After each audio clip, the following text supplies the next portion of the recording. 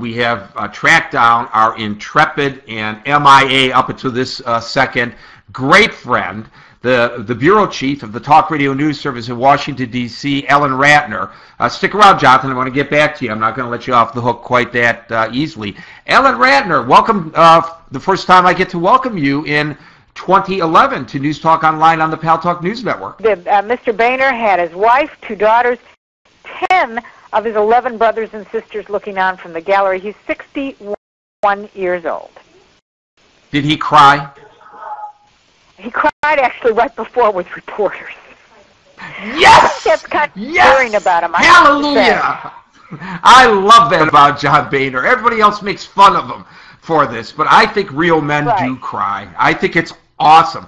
So we have a new Speaker of the House. We have an agenda, Ellen Ratner, of taking aim, like that, at Obamacare. And now we see, very quietly, they're changing the regulations of Obamacare to take away the opportunity to get end-of-life counseling so that the Republicans can't use that. All of that, but the problem is with that is it's not going to go anywhere. It needs 60 votes in the Senate, and the president has veto power. Exactly. So why are they doing it?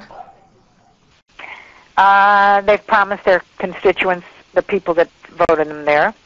So they could say, we did it, we stood up, we did the right thing, we gave it the old college try, but those darn Yankees, well, Democrats, in the Senate, they screwed it up for us. So that means that we have to throw out the Democrats, get more Republicans in the Senate, so it's a win-win for the Republican Party.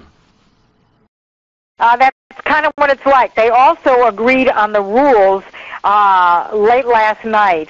It would replace this existing pay-as-you-go requirements for new legislation.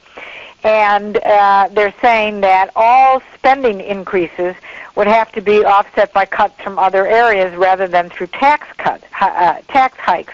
However, lots of things are exempt. Trade agreements are exempt. The estate tax is exempt. Lots of other things are exempt on that front. Well, of course, they have to pick and choose what they can't hurt because they have their narrow constituencies to concern themselves with as much as the ones who vote them into office, don't they? Right, and so that's where things are going. Robert Gibbs is bailing out as the press secretary, but he's not leaving the president's side. Robert Gibbs is definitely bailing out, and it looks like that there are other people leaving from the White House as well to go to the campaign. David Axelrod is leaving. Jim Messina is leaving. However, David Plouffe, who was running sort of a mirror campaign, Changing America, whatever it was, he is now going to be back at the White House. Listen, there are a lot of people who are trying to couch this as a sign that people are abandoning the president, but of course this happens in all presidencies. It happened in the last one and the previous administration and the previous administration to the previous administration. But I think it may be an indication, and correct me if I'm wrong about this impression, Ellen Ratner from the Talk Radio News Service in Washington, D.C., that they are really concerned about the election of 2012, and they want to get their best people not at the White House, but on the campaign to make sure that this guy gets reelected.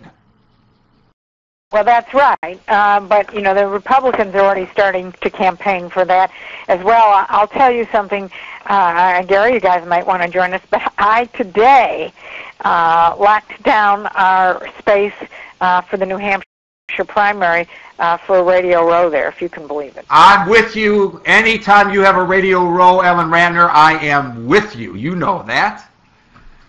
I mean, can you believe that? Sign me up. I'm the first person to sign up. I want to be in New Hampshire. And I want to see, by the way, if Fox, your friends at Fox, hold another presidential primary candidates debate, whether anybody who's not on the payroll of Fox gets any FaceTime during that debate. Well, that'll be interesting. That's what people are saying. Yes, I know. And I know that that's something that you don't want to particularly comment on, because if you did, you don't want to jeopardize your gig over at Fox, and we need I have to be quiet some when it comes balance. to Fox, let them do it. Hey, listen, here's the thing.